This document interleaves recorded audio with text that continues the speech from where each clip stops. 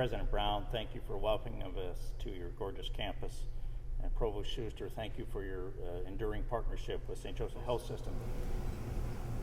Ovarian cancer, prostate cancer know no bounds. They attack in their unique gender men and women throughout this country, regardless of race, creed, or any other divisive force that might come between us. Our job is to cure it collectively. I think the three amigos that will speak to you in just a minute have the answers.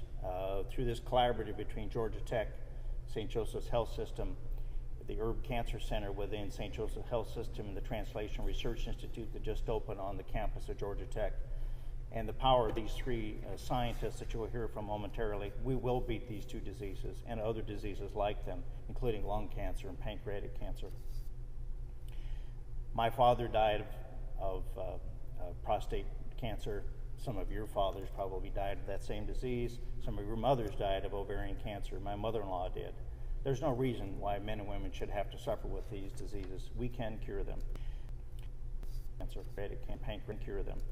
We can deal with these diseases. Should have to suffer. Why many are saying how we beat these diseases.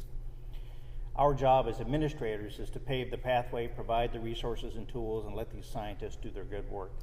So without further ado, I'll introduce Mike Cassidy, who provides some of the resources and funds to help this move forward in the stimulus, and he'll introduce our three scientists who really brought this about. It bubbled up from them. It didn't come from our administrations downward. This came from the ground up, and that's where beautiful things start. So without further ado, Mr. Mike Cassidy, the head of the Georgia Research Alliance. Oh, you're representing Mike. Very good. Mike has gotten a lot better looking in the last couple of minutes. Thank you, Kirk.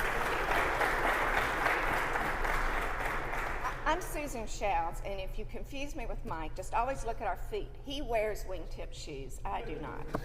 But thank you, Carlton, for inviting us to be here today. We are pleased to be part of this partnership. Clark Atlanta and Georgia Tech are two of our universities, our member universities.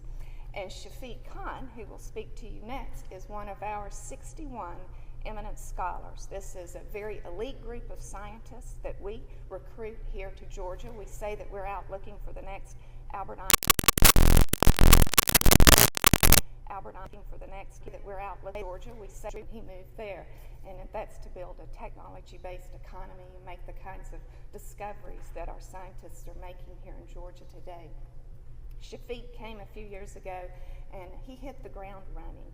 He immediately started looking for collaborators who would help him work in the making that our scientific work help him to collaborators looking for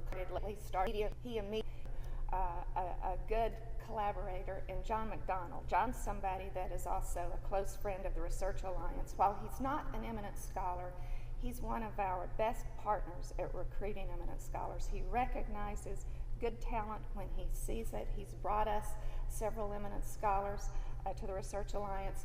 He recognized what talent Shafiq has and wanted to work with him. So we're very proud to be part of this team. Kirk knows that we also have a new collaboration with Georgia Tech and St. Joe's, so we're cementing those relationships. And George, I don't know the third amigo, but I look forward to getting to know you too. So have a new to know you too. Forward to getting. I look forward to amigo, but I don't know the third. George. Well, I just want to welcome you all, and thank you very much for your support from all three institutions. I think it started with John and George, but I think that without the support of the administration from the three institutions, this would just be a dream. And so we're very grateful. I don't know, many people don't know what we've been doing. As Susan said, she was partly responsible for recruiting me to Clark Atlanta in 2004.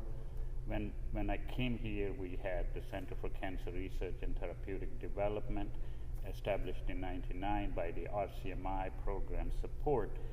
But we decided to focus its activities entirely on prostate cancer, being a small group of people.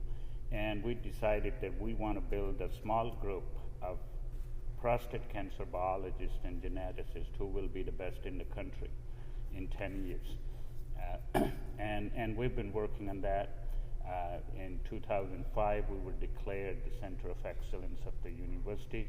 In 2007, we got the Center of Excellence grant from NCMHD, NIH, to establish prostate cancer research, education, and community service.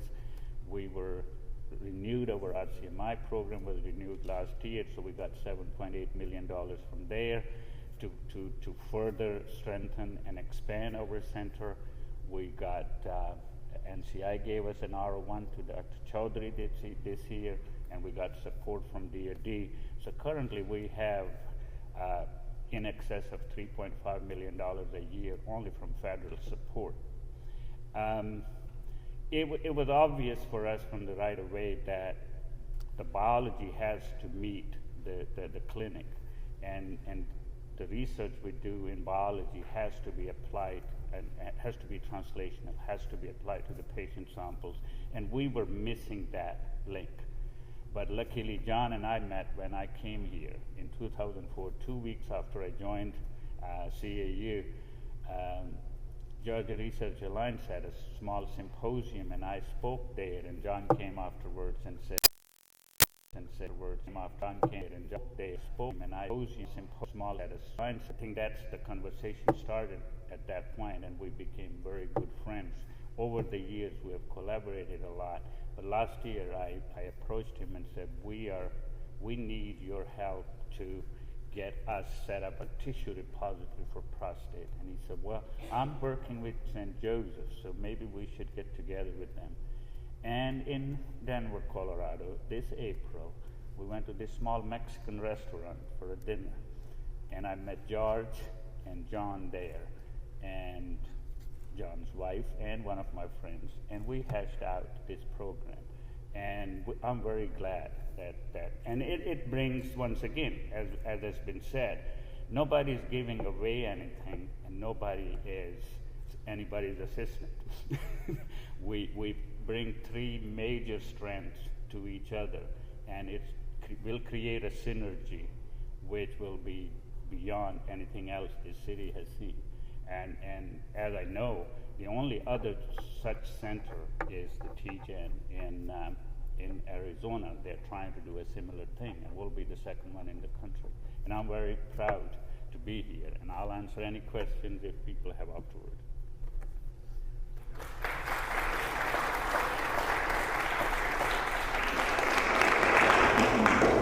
So it took 20 years and $20 billion to come up with what we refer to today as a human genome sequence. With the technology that will soon be here at Claremont University, we'll be able to sequence the human genome for a few $1,000s over a period of a couple of days. That's an incredible breakthrough. Now, what that's going to allow us to do is to sequence the genome of individual cancers from individual patients.